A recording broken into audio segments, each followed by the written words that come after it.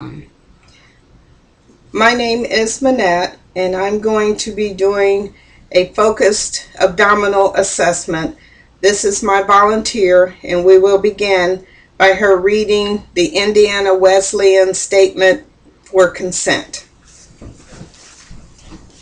I understand and consent that the following information will be gathered and isolated for educational purposes by Indiana Wesleyan students. I allow this information gathering and physical assessments to be videotaped and posted on Blackboard for access by faculty and students at Indiana Wesleyan University. The video will be deleted by the student as soon as it has been reviewed and graded. I further acknowledge that this is for educational purposes only, and the information is not to be diagnostic. Therefore, Indiana Wesleyan University, the faculty and staff, as well as the students, are not considered liable. Okay, we're going to begin our abdominal assessment. I'm first going to begin by using hand sanitizer to cleanse my hands before I start with the patient. And first I'm going to just do a generalized head to toe assessment. I'm going to be checking the patient's head, her hair, feeling behind her neck, around to the front for any lymph nodes, any tumors or lesions. Check for asymmetrical in her ear and her nose. I would take a pen light and have her follow the pen light. And I would as well check for pupil reaction with the pen light. I also would take that same pen light and look in the nose, make sure there's no lesions. I'd have her open her mouth, and I would look around again for any type of lesions with the tongue blade. Stick your tongue out, check the tonsil fossa, uvula, and then I just come down. I'd have her squeeze my hands as tight as you can for strength, and then I would check her nails and her nail beds for any drying, cracking, the shape of her fingernails, skin turgor. Alrighty, so she's fine with that. I would also check for flexion of her feet, push down, pull forward. Okay. Alrighty, so for our abdominal assessment, I'm going to begin by inspection. I'm going to just take a look at her abdomen, and it looks symmetrical. And then I'm going to auscultate all four quadrants using the bell as well as the diaphragm. And I'm listening for bowel sounds, active bowel sounds.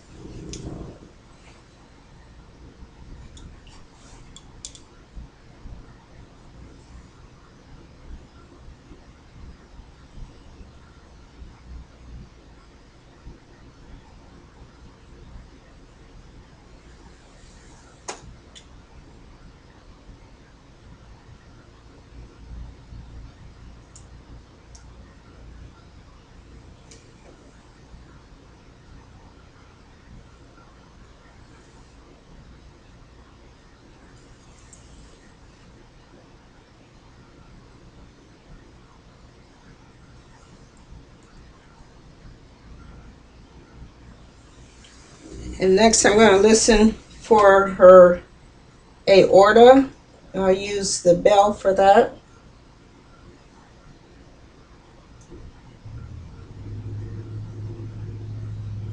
Okay.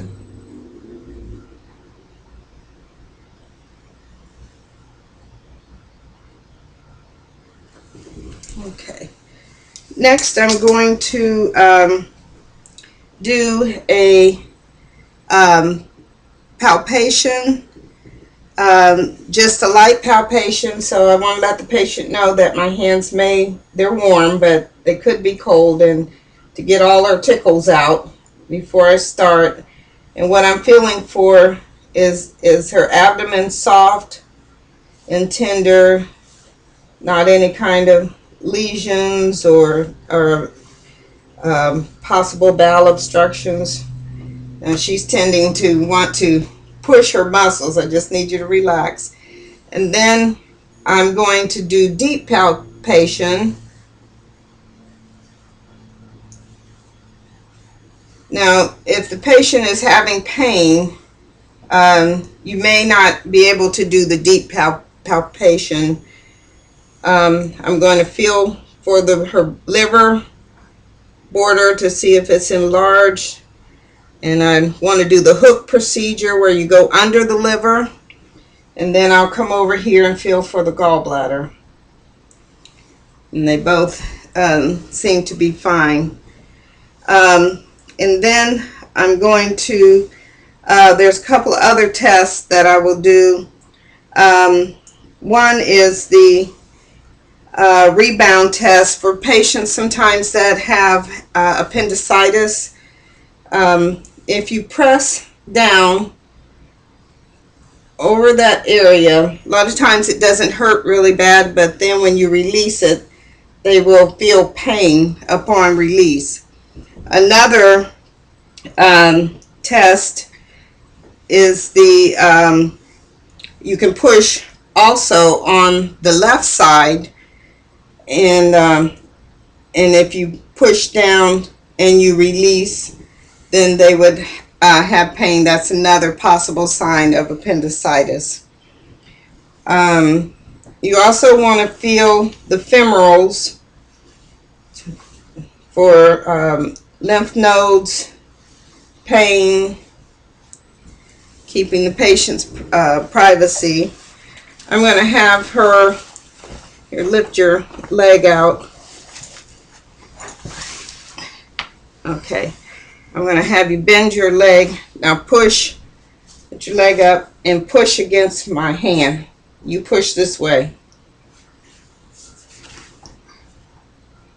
Okay. And if she has pain doing that, then that's also a sign of possible appendicitis. There are multiple types of diverticulitis, Crohn's disease, appendicitis, peritonitis. So it's sometimes difficult to make a diagnostic alone upon exam. Let's see, there's another obturator and percuss the tympanic side. So you want to take the obturator side. We're going to, this time I want you to push down. Push down. Okay. And if she has pain on pushing on either leg, then that's indicative of some type of bowel, possibly appendicitis. We also want to check for ascites. And to do that, you shake the belly, and if it continues to shake with like a slushing, like water, then you know that there's appendicitis there. You will also see a doming of the abdomen. The patient can also turn to one side, and if you put your hand under here, under the abdomen, and just shake it, you can see that the water, and you can see a shift from whichever side, from the left or right, depending on the side they're laying on. You'll see a shift. This side will be flat and this side will bloom out. Alrighty. So that's my assessment. I hope you enjoyed it, and thank you very much.